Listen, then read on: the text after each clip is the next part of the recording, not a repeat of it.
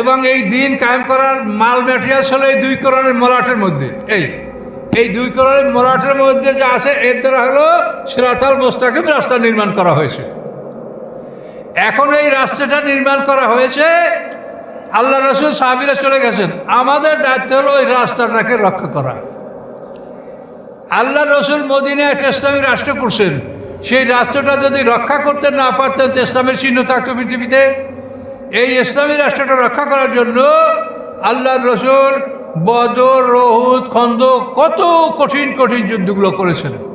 তা আমাদের কর্তব্য হলো দিন কায়েম হয়ে গেছে, কিন্তু সেই কায়েম করা যে দিন, সেই রাস্তা, এই সিরাতাল মুস্তাকিম রাস্তা নির্মাণ করা, দিন কায়েম করা একই কথা। দিন মানে আইন কানুন, আর সিরাতাল মুস্তাকিমের ভিতরে সব আইন কানুন। এখন দিন কায়েম হয়ে গেছে, এখন আমাদের কাজ হলো সেই কায়েম করা দিনকে যেন ওরা নষ্ট করতে না পারে।